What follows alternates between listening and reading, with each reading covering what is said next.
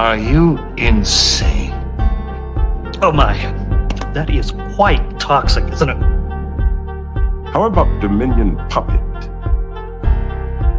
I'm afraid the prognosis isn't good. Cardassian politics are very complex.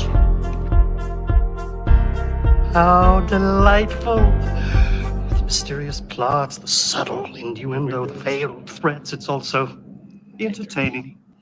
Hello and good evening. It is D Space Nine at 9ish, our 3.5+ year journey to rewatch all episodes of D Space Nine, review them, and discuss them. I'm Dave Mader, here on Live Long and Podcast, joined with my brother Jeff Mader. How you doing tonight, Jeff? I'm catching up.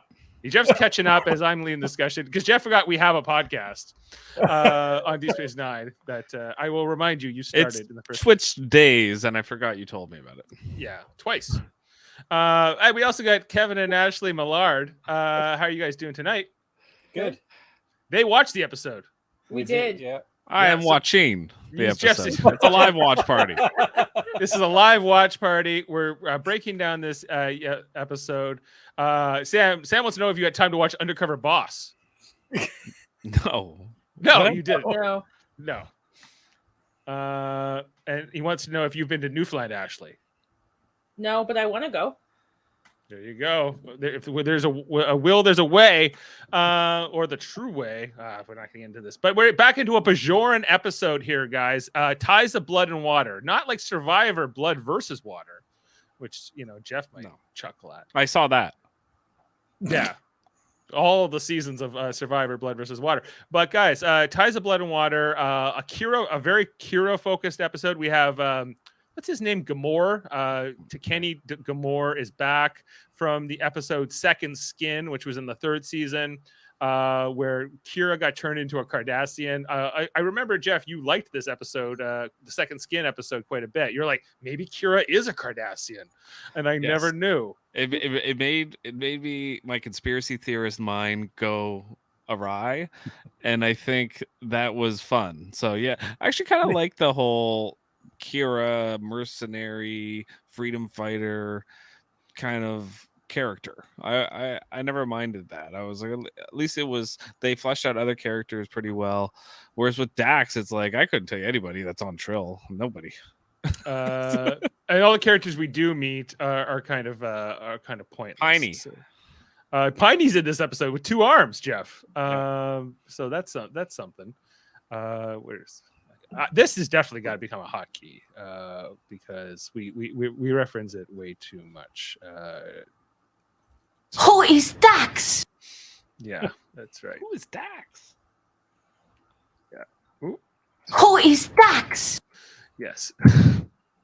Let's walk through the screenshots of this episode and break it all down. Also, Gul Dukat in this episode quite a bit. Weyoun, Jeffrey Combs in his second appearance as Weyoun, they resurrected him from the dead, and he will become a fixture of this show from this point on. So this is a significant episode that way. Let's have a look here at the screenshots. We get a shot here of our also famous, I guess it's a Bajoran ship or some kind of civilian ship that's docking with the station. I think it's a Bajoran ship. It's we see it used quite a bit. It's kind of this nondescript, non-threatening ship that tends to be more civilian focused.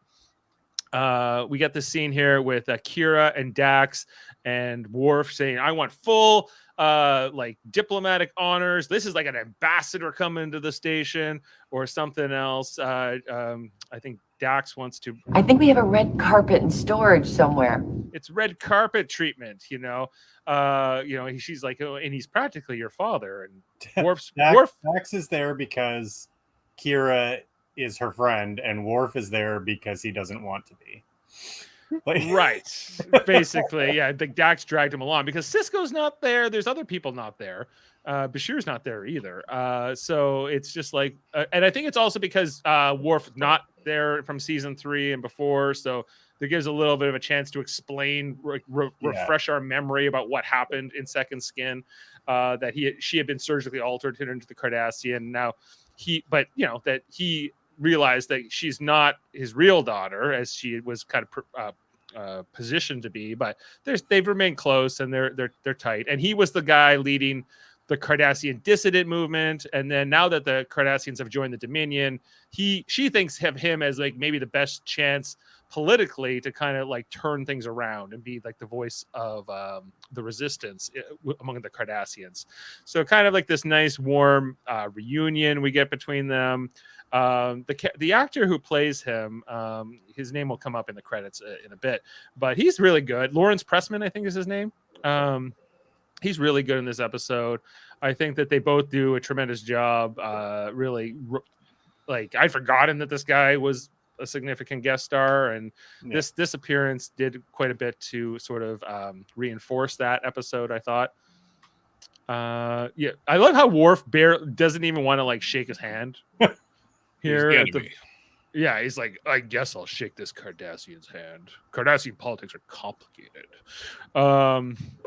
He says hello. She's got her bracelet from that episode that she's wearing here and showing that off. So you'll see that come up here. Not exactly uniform code, she mentions, but we'll let it go. And she's like, I don't get this. How she's friends with a Cardassian? She says, like, you should have known her 5 years ago. I never thought she'd have a single friend. Yeah, I don't think she'd be friends with anybody. Yeah. Yeah. And Worf's just like, oh, well, I guess that's something. Well, I think I would have really liked her back then. Yeah, that's what I think. I think he's like, oh, she's kind of like me. Like, you know what I mean? Like, maybe I will warm up and be more charismatic here on Deep Space Nine. They're going to break me. No, maybe, probably not. And then we got a cutaway. It's Kira's gone with Gamora here to his quarters, saying whatever you need, we're gonna, you're gonna help lead this movement. And he's like, I can't really lead this resistance movement. She's like, of course you can. You're the guy. You're the man. I told everyone about you. You got this. And she's kind of confused why he's acting so like sort of aloof about the whole thing. And he doesn't quite come clean. In these screenshots, she looks like a predator. Like she looks like she's really trying. He looks like he's really afraid right now. Yeah, he's a little bit uncomfortable. She's like all over him, and he's like, "Come on, just leave me alone." Yeah, the body language speaks volumes here. I mean, it really does. Right. I don't know if is that intentional. You think from the actor? Well, he can't give her what she wants. So right. So yeah, he's being a little bit shy, I'd say. And then he's like, listen, I'm dying, and there's kind of like this moment that hits her, and that's the cold open. We're into the rest of the episode here, but like, hey, this guy's back, it's gonna be exciting. And it's like, well, but he's on the way out. He's dying here. We get Bashir here to start off the episode with I'm afraid the prognosis isn't good. Yeah, the prognosis negative. Here, it's a Seinfeld reference. Yeah, Lawrence Pressman. That's who plays Gamora Lawrence, here. okay.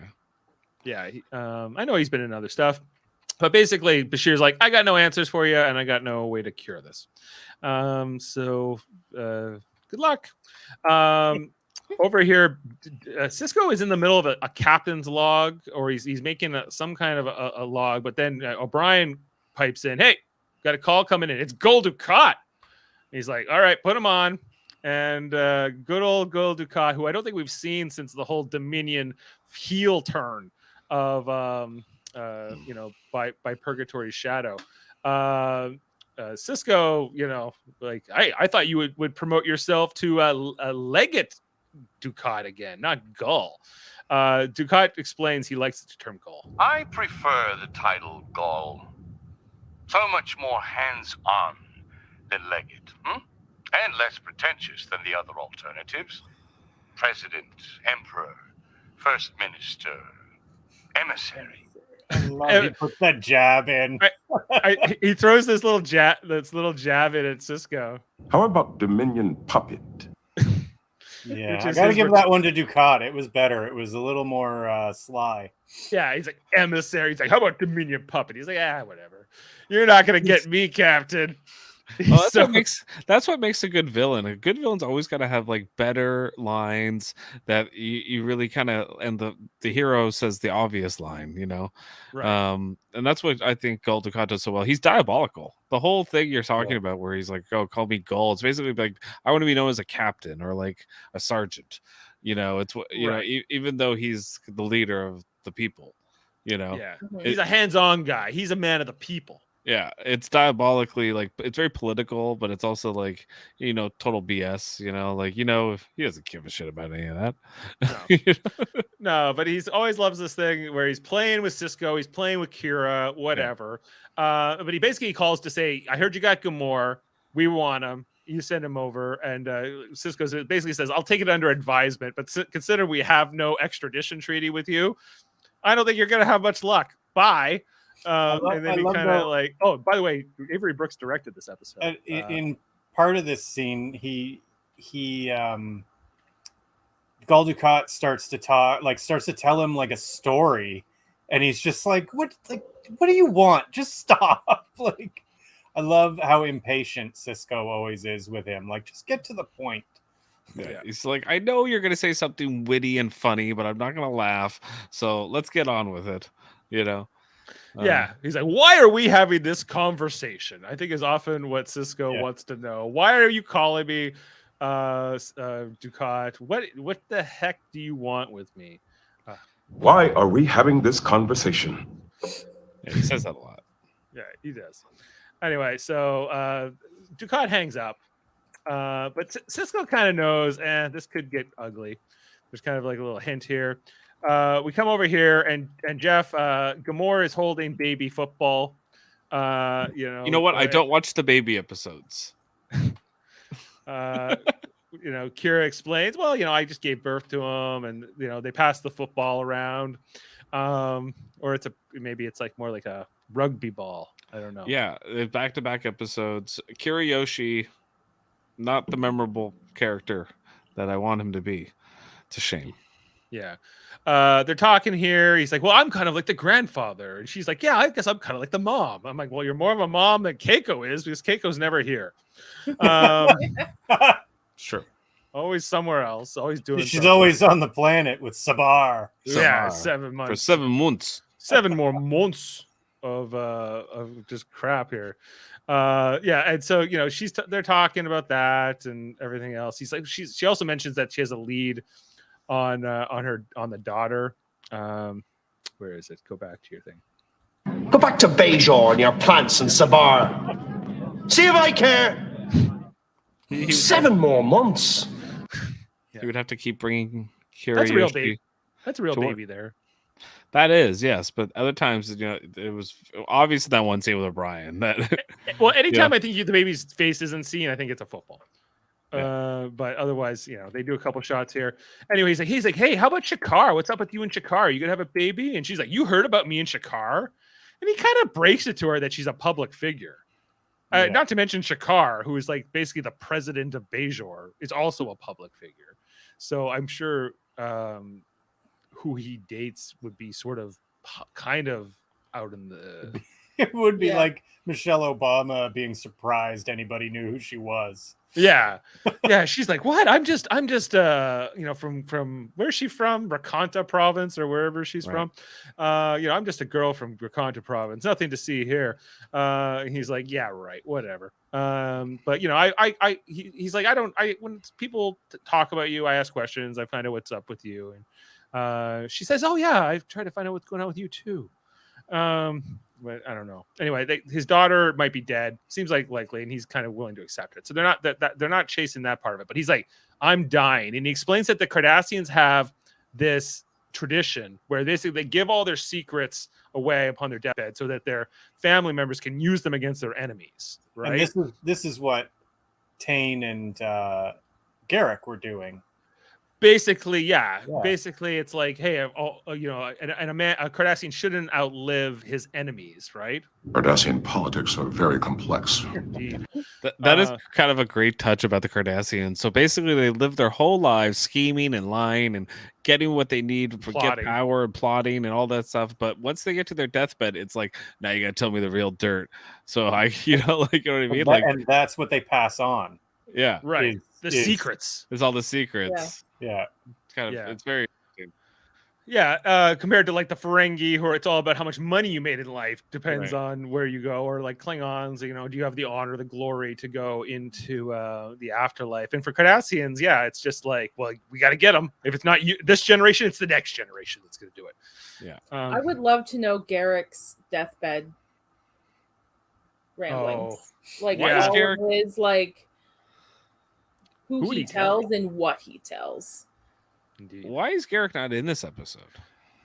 I don't think there's room for him in the episode because Ducat's in it. But I think if Ducat and Weyoun hadn't been here, I think you could have written Garrick into this episode instead. But I think if you remember Second Skin, Gamora warns Kira about Garrick in that episode at the very end. He's like, your buddy Garrick, trouble. Don't trust him, right? So they already kind of established he didn't like Garrick, so I don't think it probably would have worked so well here. But and to have, I guess, Thing Ducat as this foil, plus it sets up Weyoun, who we're going to need sort of for the end, at least the end game of this season too, because plus he's dying and doesn't need a new outfit, right? Nothing there.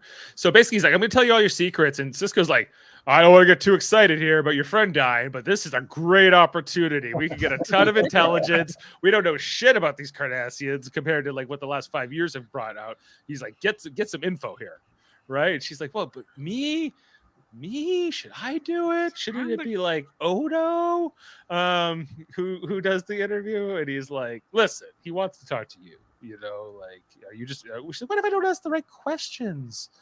He's already dying. He doesn't need to stand next to Odo.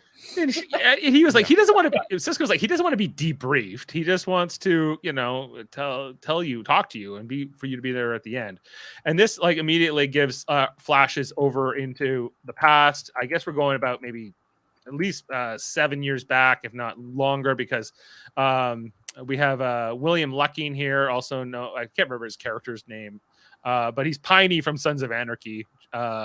He shows up, but he has 2 arms in this episode. So this is before he lost his arm, saving Kira and Shakar and them from the Cardassians later on.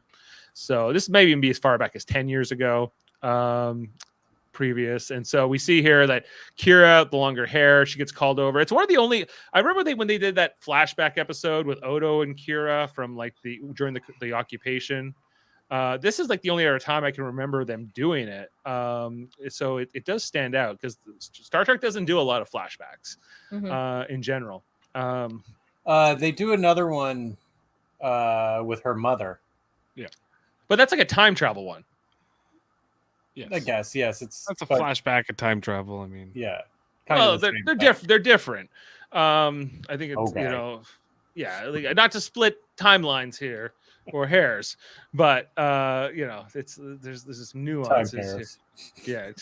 Anyway, it's true. You're right though, Dave. Like they don't do it unless they absolutely need to. Like we never even learned crap about Janeway.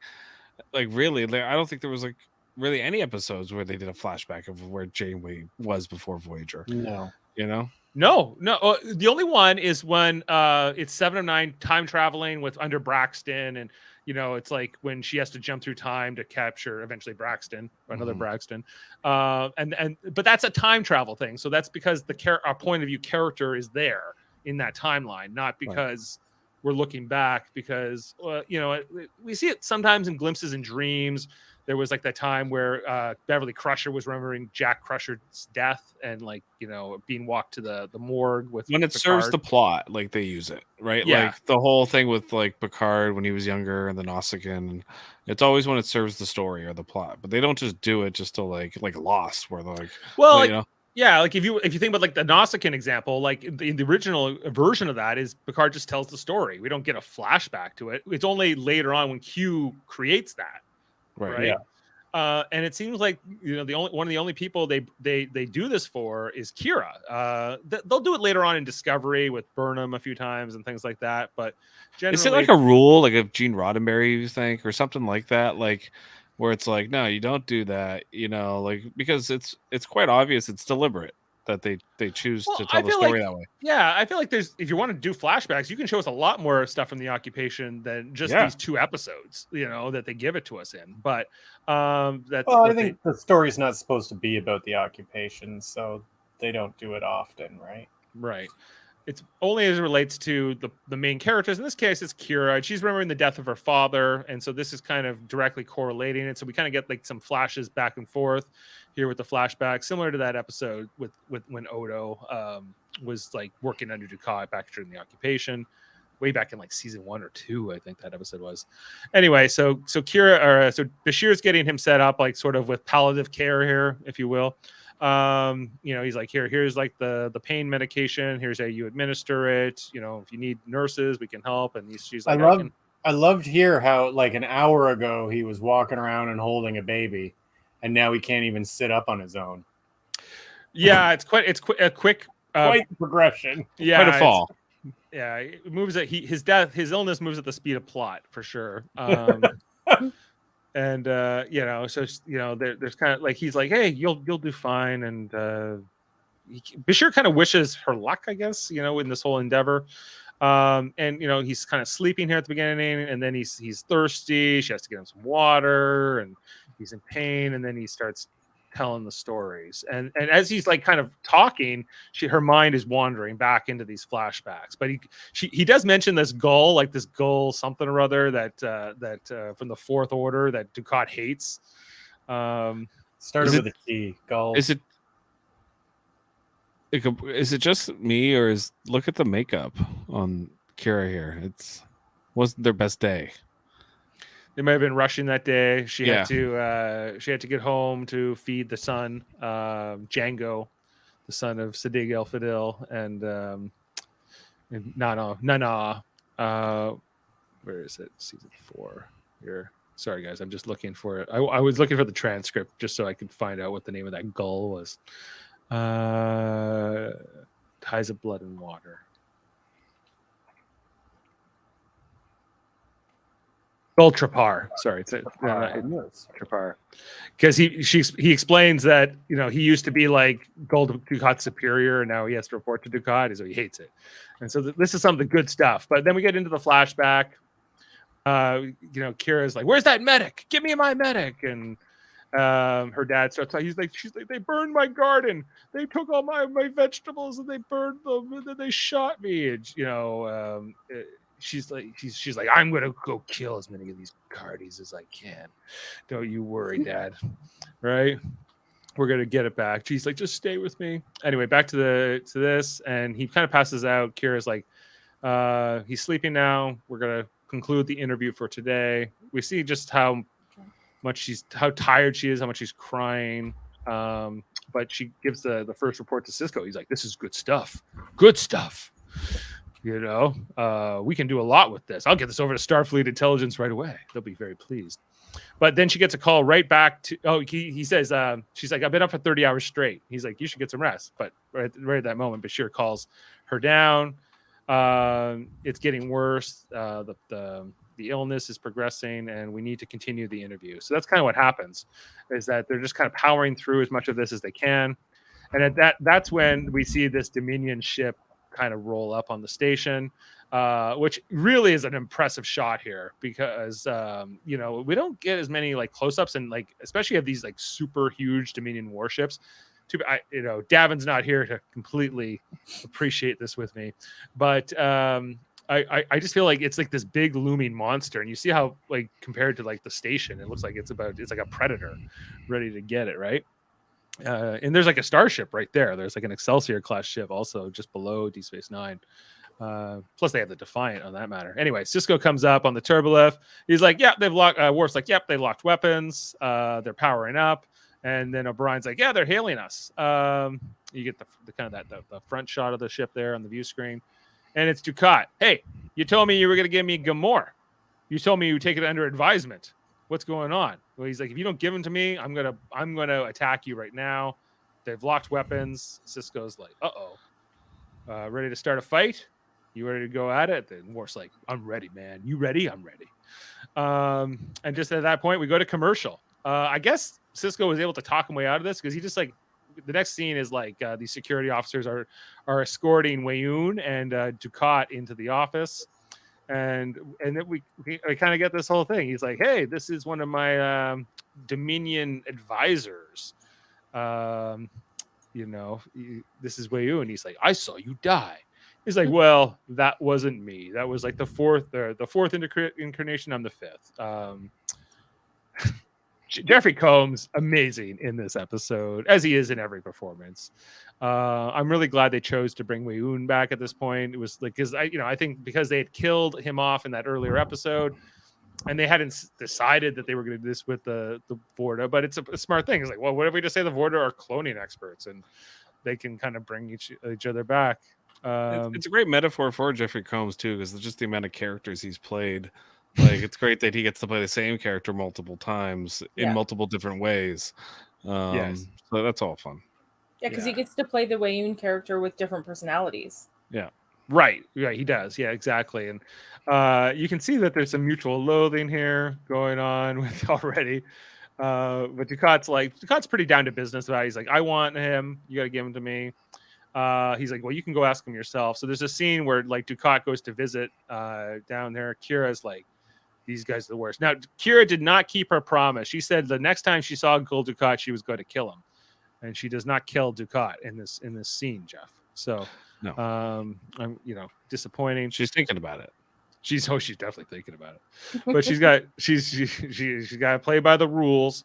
Anyway, so Dukat's like, you need to come home to Cardassia. You need to come home and whatever. And he's like, you sold us out to the Dominion, man. What the heck? I love Weyoun's quote here. We're gonna have to do something about your public image. We're going to have to do something about your public image. Because he's like, he doesn't like you very much, Dukat. They promise him that he won't be executed. Dominion courts are renowned for their honesty and equanimity. Honesty and equanimity is the name of the game in the Dominion legal system, guys. And he's like, no, the price is too high. If I go to make a deal with you, Dukat, but now that you've joined the Dominion, I have to negotiate with them, and the price is too high. So get the hell out of here. Good scene. Kira's like, you heard him. You're lucky I don't kill you. Get out, and then we get a montage. She's giving the medication. She's getting tired interviewing him. She's sleeping on a chair. She's using the sponge. You always use the sponge on the head, right? That helps. That helps quite a bit. Cold sponge on the head.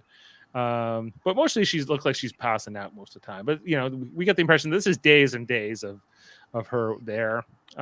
He gets cold at one point, and she's it's obviously taking a toll, this whole experience.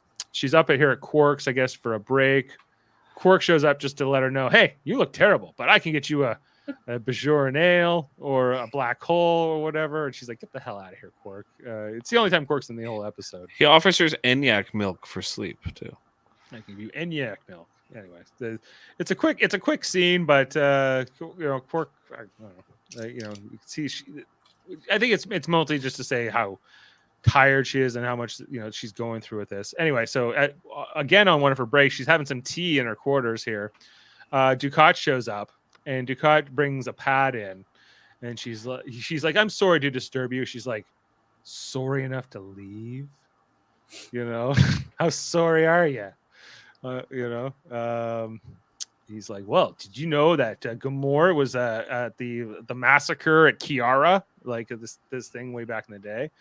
And she is like, you love this too. You love messing with me and playing your little games with me and whatever. He's like, you can read the reports, and Bajoran intelligence will confirm everything I'm saying. She kind of looks at the pad, but he says, I do kind of get a perverse pleasure out of showing you your hypocrisy, I think is how he describes it. She's like, oh yeah? How about this? And she literally throws the teacup at his face.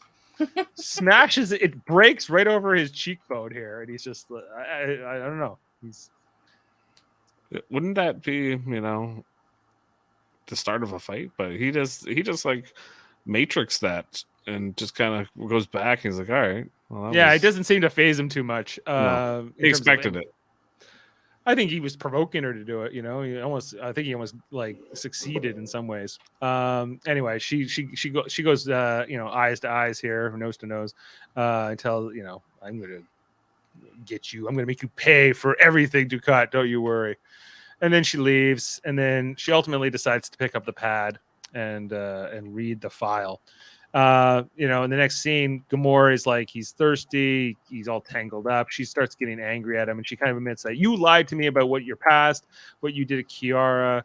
He explains it was war. I didn't, it was the temple was hiding weapons to kill all the Cardassians. It was a different time. We find out later from Odo that this is when he was 19 and when he was first in, and he was one of 400 soldiers. It wasn't like he like ordered the massacre or something more explicit.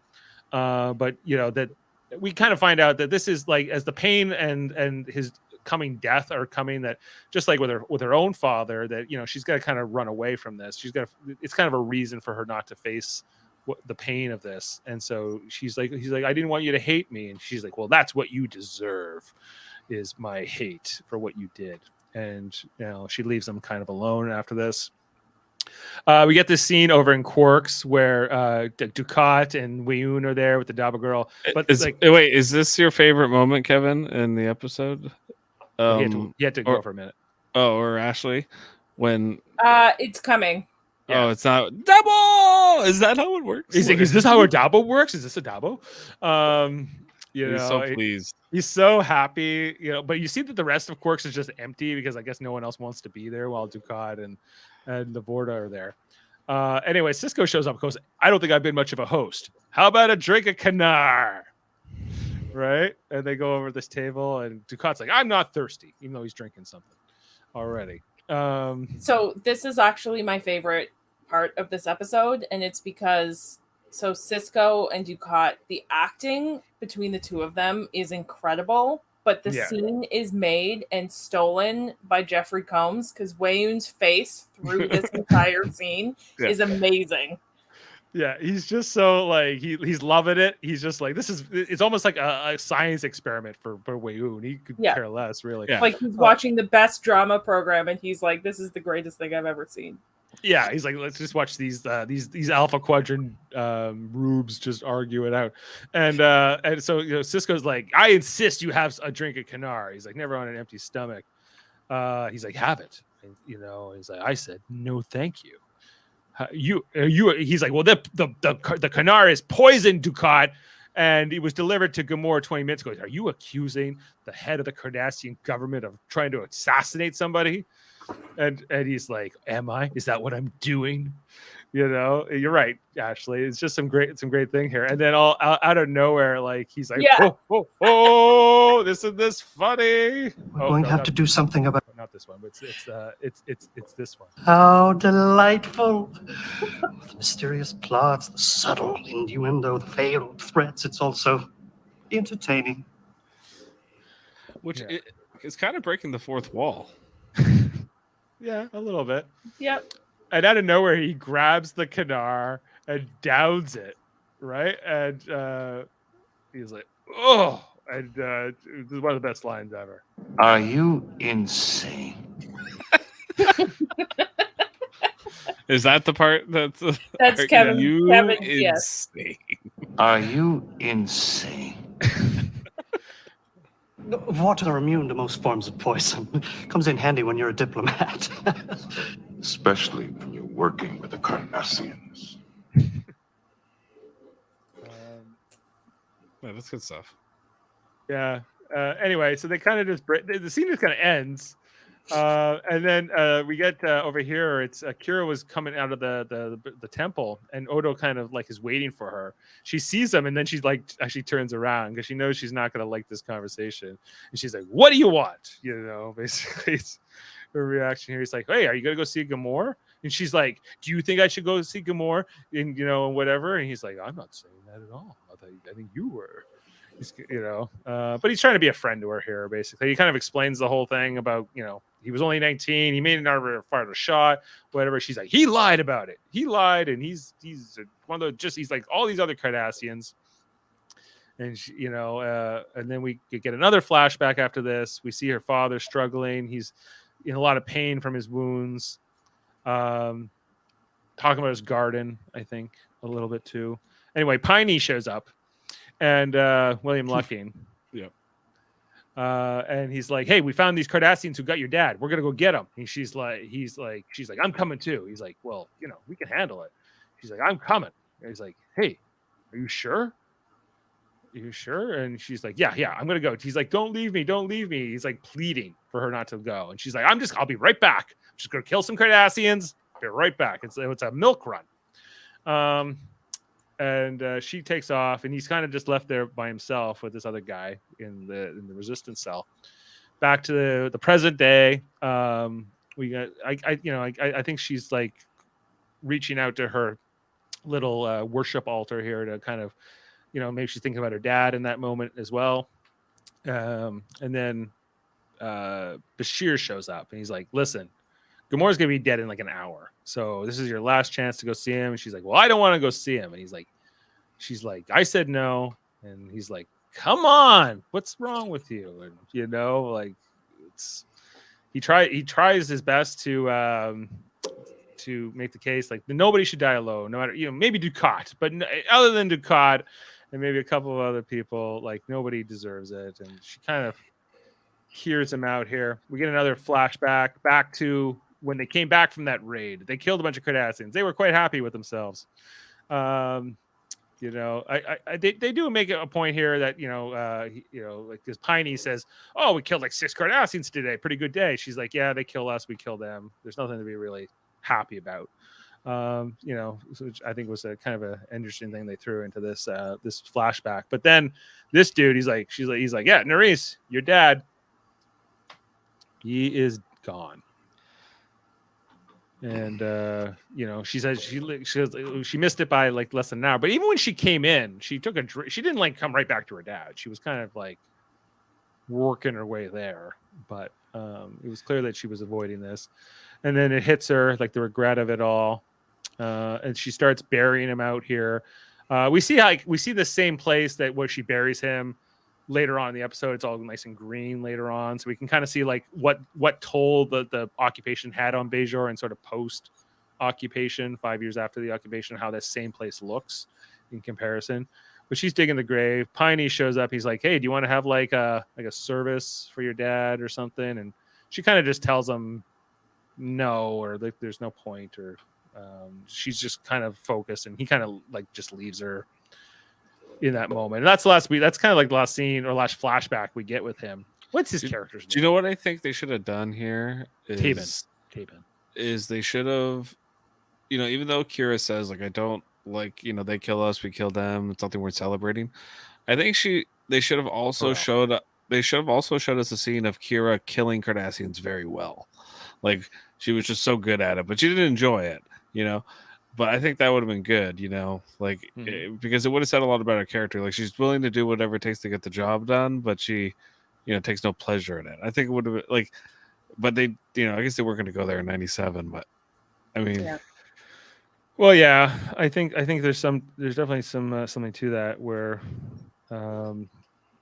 because this is pre 9/11, so the whole idea of being a terrorist and what it meant to be a terrorist / freedom fighter, was not what maybe the way we think of it now. But this character in retrospect has a lot of like depth and nuance, right? Around which, how, she obviously did kill people, right. Not just in self-defense, but and they never show it. And I think it would have been really interesting to her character if they had showed it in an episode like this. It would have made sense, Yeah, because she is so religious and so peaceful, and she seems to have a good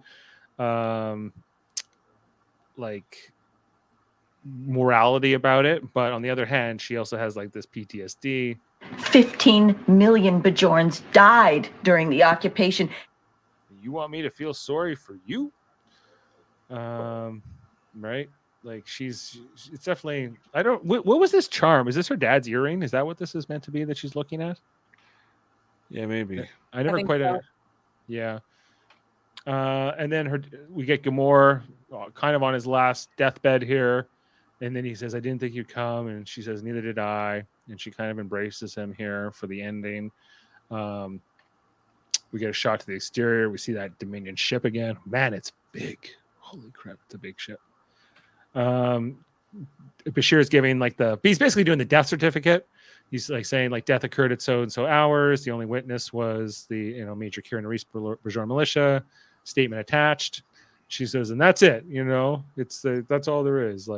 He died, and here's the official statement, and it's that easy. And he goes, it's never really easy. She acts the shit out of this scene. She is amazing in this scene. She Nana leaves it all on the table. Anything she had, she gave it here. That's all that post pregnancy emotion coming out. It's powerful. You can feel it. Yeah, for sure. And I don't know. And then we get this final scene here where Sisko talks to Picard and Weyoun, and she's like, I heard he died. She's like, well, you must be pleased. He's like, not at all. He was a great man, a great Cardassian. We'll miss him. But I'm going to take him home and give him a proper Cardassian burial. How's that sound? He's like, well, that's impossible. He's like, why? Why can't you do that? He's like, I'm afraid his funeral arrangements have already been taken care of. Sisko gets a little bit of satisfaction here on Dukat as it clips away back to that same spot where her father's buried. We can see it's largely been replenished and recovered here. We see the grave of Gamor next to her own father's. She has sort of a moment here of prayer for him. And that's how the episode ends. It's he's gone too. And now it's nice on Bajor. Yeah. That's what killing a couple Cardassians will get you. It was a barren landscape before, and now it's a Garden of Eden. Yeah, where is that? Oh, here. For 50 years, you raped our planet and you killed our people. You lived on our land and you took the food out of our mouths, and I don't care whether you held a phaser in your hand or you ironed shirts for a living. You were all guilty and you were all legitimate targets. There you go. Anyway. Oh, yeah. So that's the episode for Ties of Blood and Water. Ashley, where do you stand on this episode? Do you like this episode, or where do you think it falls in even in season 5 and in the bigger scope of Deep Space Nine? I like scenes in the episode, but overall I find the episode a little boring. I'm glad that Star Trek doesn't do a lot of flashback stuff, because I never find the flashback episodes all that interesting. That's probably the biggest reason they don't do it that much. I always find them very boring. And when they I guess because you only would do it if you felt like you really had to do it. And I guess they felt like they needed to have that here for this episode with Kira, because without showing, I don't think they needed it really, because they didn't have to explain to us that when her father was dying, she kind of avoided it. She could have just told us that, in dialogue, and you could have thrown you could have thrown Garrick into this episode, or you could have maybe given more to, I don't know, Jeffrey Combs even, but or had a Garrick stuff, or the Garrick stuff, yeah. So, Jeff, I know you don't remember the episode terribly well, but hopefully this refreshed your memory. I'm caught up. I understand. An Avery Brooks directed episode, also worth noting. Which is why it's so acting focused. I think Yeah, it's definitely an actor's episode. He teaches at some university or something like that. Yeah, you can, especially that scene where, at the end, the Nana visitor crushes it. Yeah, you can. It felt like a play. Yeah, like a lot of her best episodes do feel like that. In particular, I think of Duet, right? Yeah, and so I guess I think they were trying to go for another kind of duet kind of a vibe here, but it's not as good. It's not as good, but it's definitely it's not a bad episode by any means. I do agree. It's a little slow, and it's certainly not one you'll go, I think, remember and go, oh, remember for Ties in Blood and Water, best episode of Deep Space Nine ever. It's No, it's a bottom tier. You know, it's not terrible, but it's not memorable. Jeff, would you care to don some fun double facts? F, some fun facts? What we call here double F with Jeff here on Live Long and Podcast Deep Space Nine at 9ish. Jeff, the floor is yours. Oh, okay. All right. Regarding Gamor, Lawrence Pressman, who plays him, commented saying, "My original image of Gamor was one of the old military elite in Germany who loathed Hitler. They were certainly willing to fight the war, but they were unwilling to fight according to Hitler's plans. They were the guys who tried to kill him in the forest, including Rommel, who was implicated in that action." So, gives you some insight into how Lawrence Pressman viewed Gamor. So, yeah, like a sympathetic Nazi is what he's going for. Yeah, pretty much like a Nazi that, was willing, had seen that it had gone too far. You know what I mean? Which is saying something. He was willing to fight for his country, or in this case, his race, but not for what they stood for. Not for betraying, the whole idea of a nation or whatever, or a people. Okay.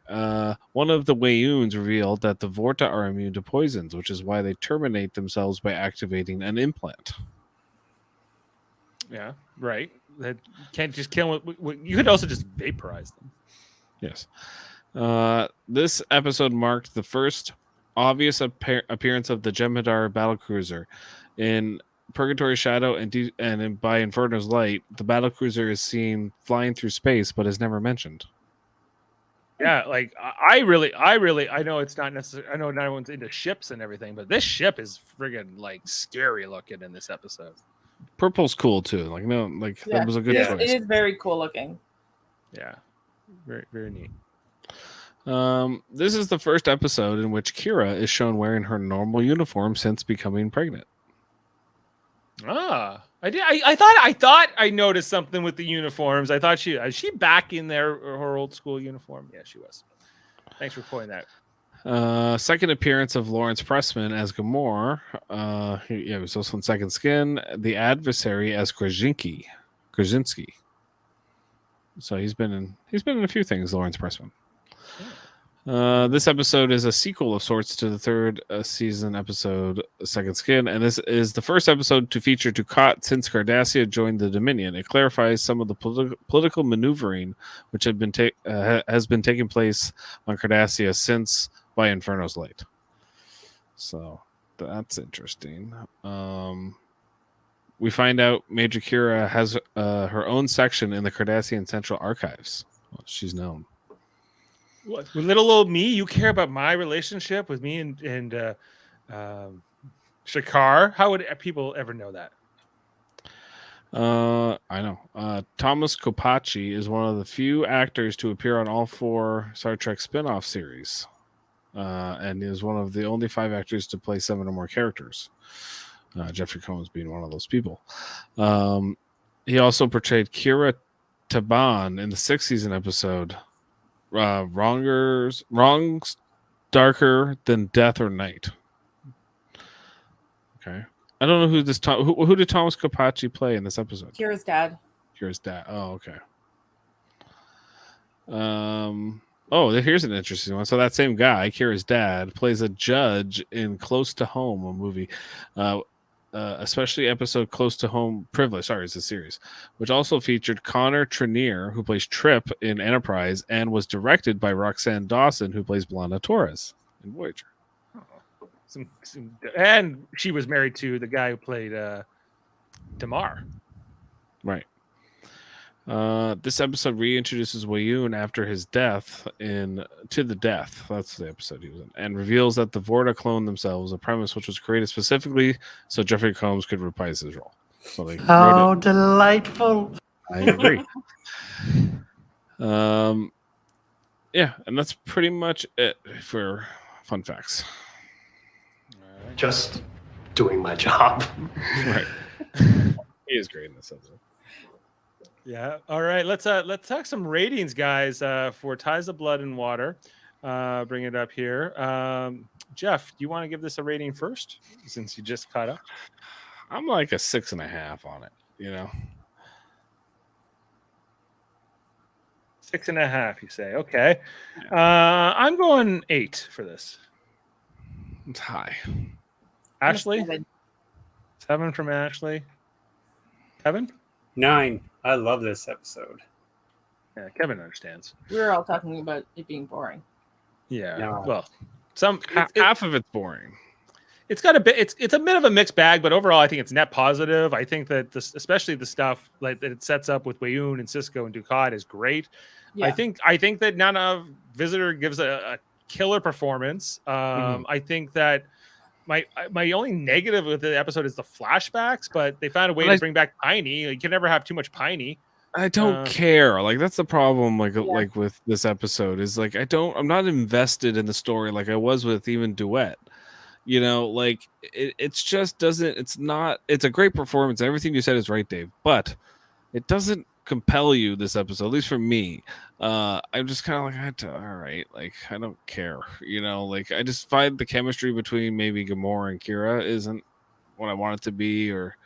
It's not as good as like when they did Duet, right? Like between her and that. I think this is kind of Kira's. Oh shit! What's the episode name? The one where O'Brien's in jail. This is Kira's version of that. Like it's Right. huge character growth for Kira. Right. Yeah, I agree with it. It is like I think they really did give a lot of great episodes to her, and I always think she brought it, as much as she possibly could. But it's like sometimes the guest star is not. I don't think Lawrence Pressman's bad in this episode, but I just don't think it quite works because I think you're asking us to make this father-daughter connection between the two of them, and we barely really remembered that episode, and what we do remember about that episode isn't necessarily him. Mm-hmm. Right? It's more Kira. The chemistry just doesn't work for me, and as far as those two actors, not that they're bad actors, or even they do perfectly fine performances, but the chemistry it's not jumping off the screen, for me. Right. That's why I kind of settled a little more around an 8, where I can kind of see both sides of this. But I don't think you're gonna go. Oh, you got to go back and watch. This is an essential Deep Space Nine episode. I doubt we're going to say that about it. But anyway, the aggregate score tonight 7.6 from the 4 votes. It has a 7.2 on IMDb, so it's it's a little below average for what the rest of the Deep Space Nine episodes have. It's a Robert Hewitt Wolf teleplay. A couple writers I haven't really seen before: Edmund Newton and Robin Slocum. And the episode that comes after this, Jeff, do you know what it is? I can tell you, it is Ferengi Love Songs. Ferengi Love Songs. We're gonna get Rom. We're gonna get Lita. We get Jeffrey. We get more Jeffrey Combs as Brunt in the next episode. He just never leaves the set. Yeah, he's just always there. He's just always there playing When some you're 3 alien. characters in one series. Yeah. Generous humanitarian gesture.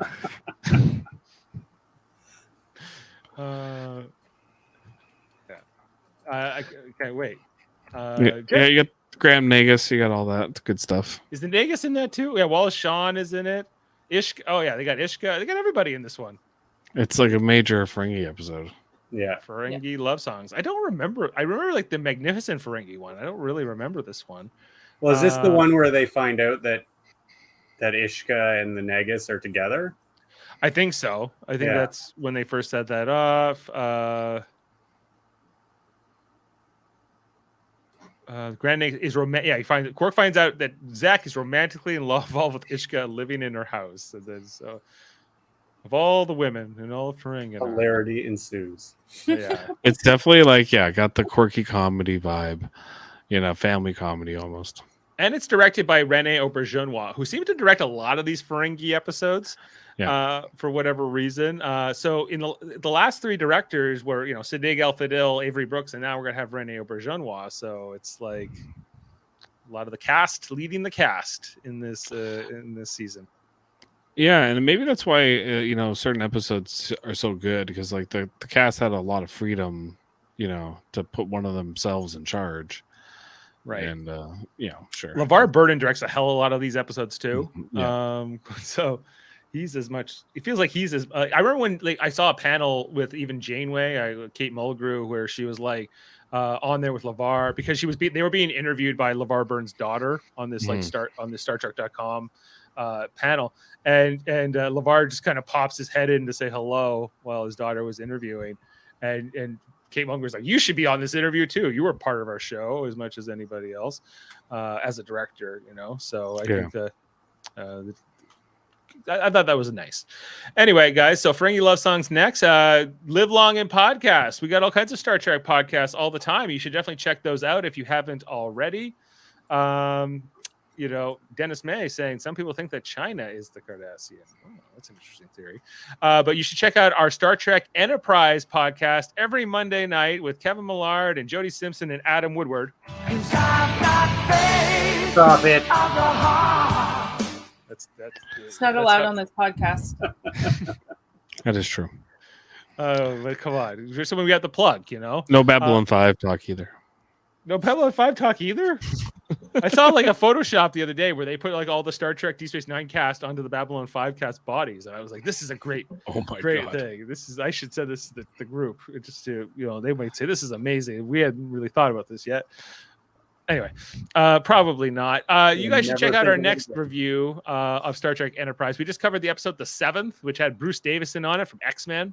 If you remember Senator Kelly from the first X-Men movie, we're going to be doing the next episode of Star Trek Enterprise next Monday night. What's this one called again?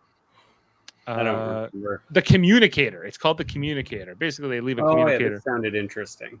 Yeah, they leave a communicator on like a first contact situation behind, kind of like what McCoy did in A Piece of the Action, right? And so they have to try to fix that to stop the cultural contamination. What else, guys? Oh, we just wrapped up our Star Trek Strange New Worlds coverage last Thursday. That was exciting.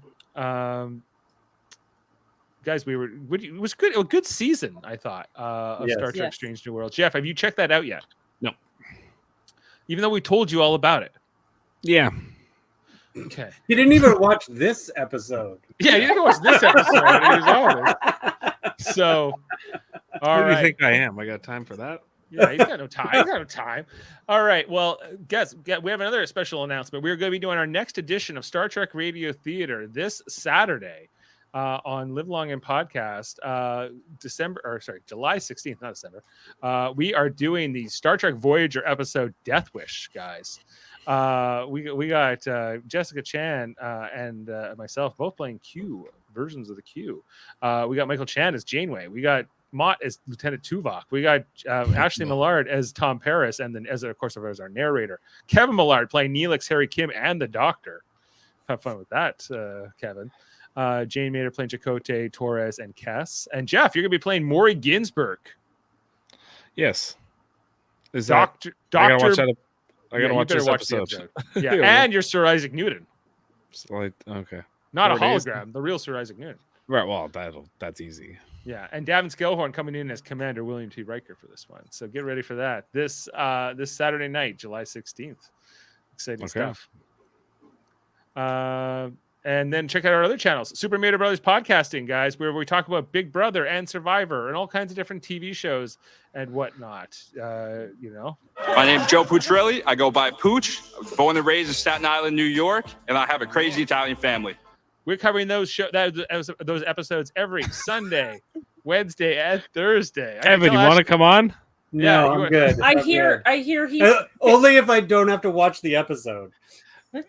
You can just listen to us talk about the episode, and we mostly trash it as far as like the we're like, these people suck. We hate them. Yeah, no one deserves to win, and it's awful. Anyways, if you want to hear all of that, check it out 3 times a week. Right now, summer is here on Big Brother, and you should definitely get down with that. Plus, check out summer is here. Sorry, Julie, I didn't want to interrupt you. And then We got our Survivor coverage. Twice a year we're talking about Survivor seasons. We talk about Marvel. We talk about different shows on Super Mario Bros. Podcasting. Plus, Trivial Debates, our ongoing series where we argue about movies, TV, sports, and more. We got our July edition coming up with Jody Simpson hosting with Jeff Meader. Jeff, don't forget about this. You're on this. I'm on this too. Yeah, July 24th. You're on everything, Jeff. I haven't got any questions. Well, Jody Simpson, you got to talk to him. He's 12 the host. days. Who knows if he's going to when he's going to do it. Well, he's got to give Max a head start. Well, yeah, he's still got over a week. It's still over a week away. So, but check that out on live or check it out afterwards. Plus, you should check out Davin's channels, including Locutors of Trek, his Star Trek theme channel, as well as X-Men the Animated Series Rewatch X-Rated, which he does with his buddy Andre. That's where he is tonight, talking about the Phoenix Saga, just kicking off over there. As well as what else, guys? We got the Hellbound podcast, Alex Blackburn, Michael Chan, and Jessica Chan, as well as Let's Talk About Fighting Games with Eamon Mader under his alias Sam Jerka. They talk about King of Fighters. If you want to hear about it, you listen to it. You should. They do not talk about Mega Man. They do not talk about Mega Man. Anyway, check out all of those great podcasts under in our friends' podcasts within the Live Long and Podcast Super Mario Brothers community. And I think that's it, guys. I think we'll say goodnight for the night. We appreciate you being with us, and I think we need something to take us away here, right? I think I know. I think we prefer the term gold goodnight. Gold night. All right, here we go. Have a good one, everybody.